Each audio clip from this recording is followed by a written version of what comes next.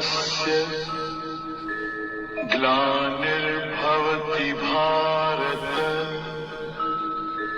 अभ्युत्थानम् अधर्मस्य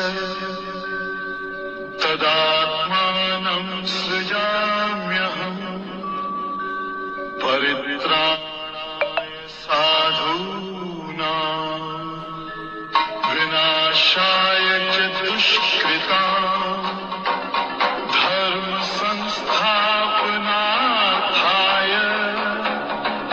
संभवामि युगे युगे।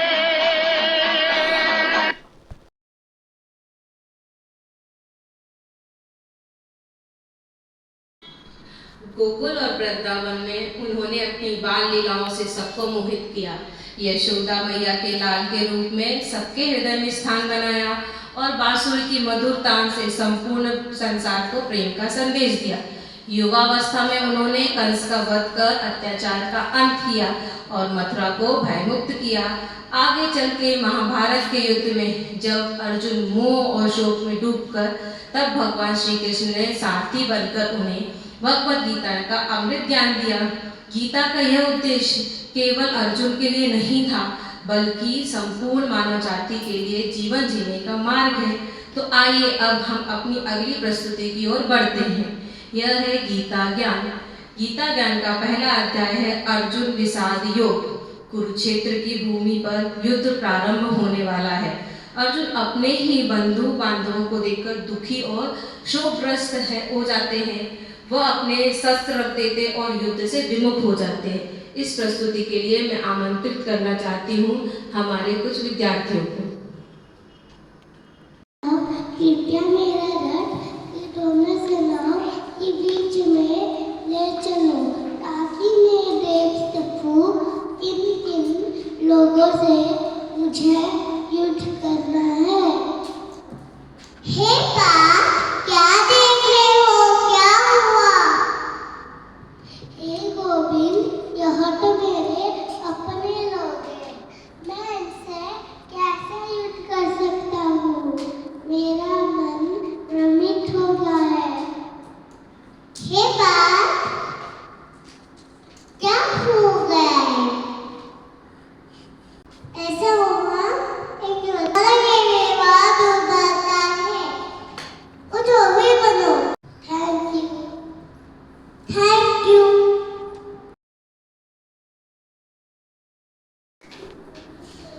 अब हम गीता के द्वितीय अध्याय की ओर बढ़ते हैं। यह है सांख्य योग। भगवान श्री कृष्ण अर्जुन को समझाते हैं आत्मा अमर है, ना उसे मारा जा सकता है ना जलाया जा सकता है। मनुष्य का कर्तव्य कर्म करना है, परिणाम की चिंता करना नहीं। हे केशव, आपने कहा कि कायरता छोड़ो, लेकिन मेरा मन शांत नहीं होता। कृपया आप ही बता मैं क्या करूं? हे जुट्टू में क्यों तो पीछे ना धर्म युद्ध से पीछे ना डर में तुम्हें काटमाओ ना जन्मे लटो ना हटो, इसलिए उनके प्रकार करो। लेकिन क्या कर्म करना इंसान नहीं है? एक हे अर्जुन, कर धर्म करना अन्याय को रोकने के लिए तो वो इंसान नहीं डर के लगता है। कर्मण्यवादी का रास्ते महाफलेषु कदाचन, अर्थात तुम कर्म करते जाओ, फल मुझ पे सौंप दो। Thank you.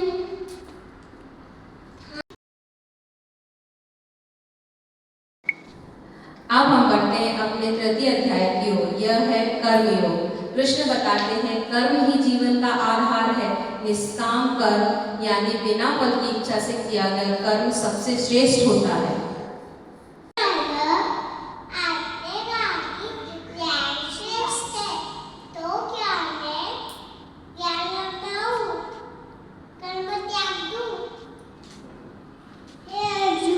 कोई भी मनुष्य बिना कर्म के एक क्षण भी नहीं रह सकता।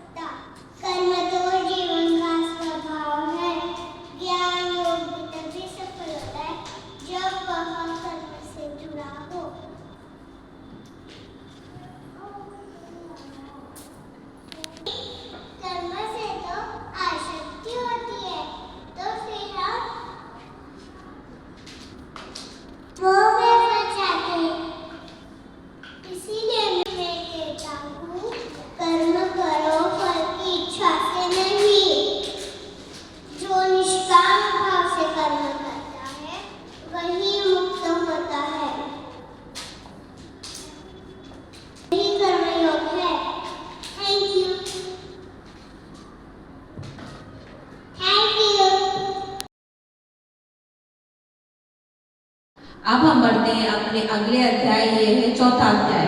इसमें भगवान ज्ञान और कर्म का मेल बताते हैं। श्री कृष्ण अर्जुन को बताते हैं, जब जब धर्म की हानि होती है तब तब मैं इस धरती पर अवतार लेता हूँ। इसके लिए मैं आमंत्रित करती हूँ अपने विद्यार्थियों को मंच पर। तुमसे पहले मैंने पूरे देश को भी दिया है। हे केशव, आपने कहा सारा ज्ञान सूर्यदेव को दे दिया, पर आप अभी जन्मे हो। हे अर्जुन, मैंने और तुमने कई जप लिए हैं, परंतु तुम्हें याद नहीं है और मुझे याद है। जब धर्म की हानि होती है और अधर्म बढ़ता है, तब इस धरती पर अवतार लेता हूँ। हे माधव, आपका यह रूप और ज्ञान दिव्य है। हे अर्जुन, इस ज्ञान से अपने भीतर के फंदे को नष्ट करो। जैसे पचन अग्नि लकड़ियों को फल बन डालती है, ऐसे ही फर्श कर्मों को ज्ञान की आग फल बन डालती है। Thank you, thank you, thank you. अपने अगले अध्याय, पांचवें अध्याय की ओर। यह है कर्म संन्यास योग। इसमें भगवान श्री कृष्ण अर्जुन को यह समझाते हैं, केवल कर्म का त्यागना ही श्रेष्ठ नहीं होता है। इसके लिए मैं आमंत्रित करती हूँ हमारे विद्यार्थियों को मंच पर। हे कृष्णा, कुछ लोग कहते हैं कि संन्यास श्रेष्ठ है, सारे कर्मों को त्याग दो। और कुछ लोग कहते हैं कि कर्म करते रहो। कृपया करके बताइए कि कौन सा मार्ग श्रेष्ठ है। दोनों मार्ग, कर्म संन्यास, कर्म योग, मोक्ष की ओर ले जाते हैं, लेकिन कर्म योग श्रेष्ठ है। कर्म सोले सुनने की कला है। Thank you, thank you. पढ़ते हैं अपने अगले अध्याय, यह है छठा अध्याय, ध्यान योग। कृष्ण योग और ध्यान का महत्व बताते हैं। मन को स्थिर कर ईश्वर में लगाना ही श्रेष्ठ साधना होती है। इसके लिए मैं आमंत्रित करती हूँ विद्यार्थियों को मंच पर। हे कृष्णा, आपने अपने कर्म का महत्व बताया।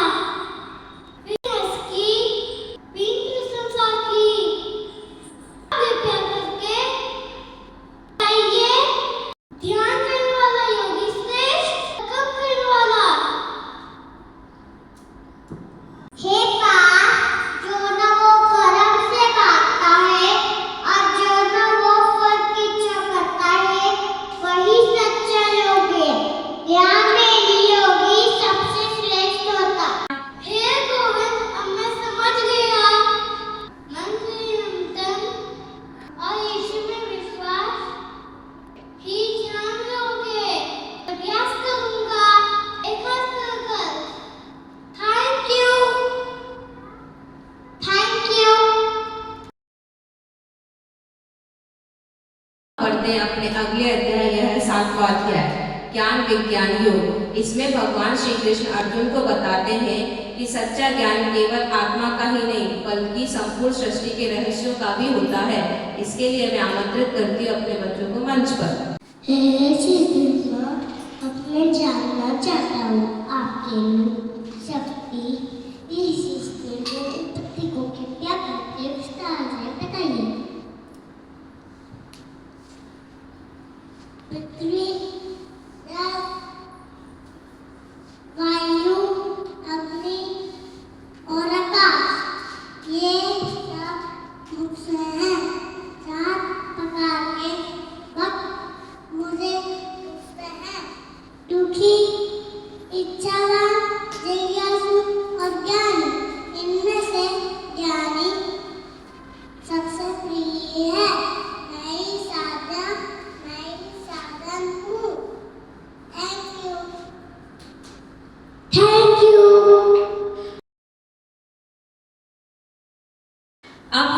बढ़ते हैं अपने अगले अध्याय 8वें अध्याय की ओर। यह है अक्षर ब्रह्म योग।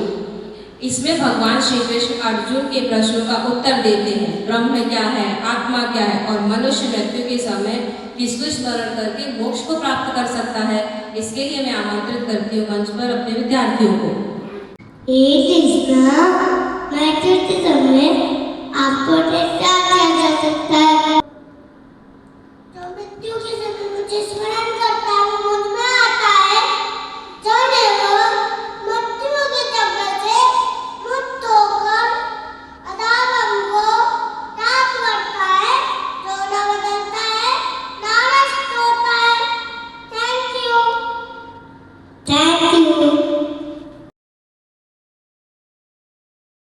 हम बढ़ते हैं अपने अगले अध्याय की ओर। यह है 9वां अध्याय, राज विद्या राजगुह योग। यहाँ भगवान कहते हैं भक्ति भाव से किया गया छोटा सा अर्पण भी उन्हें प्रिय है। सच्ची भक्ति ही सबसे बड़ी विद्या होती है। इसके लिए हम आमंत्रित करते हैं अपने विद्यार्थियों को मंच पर।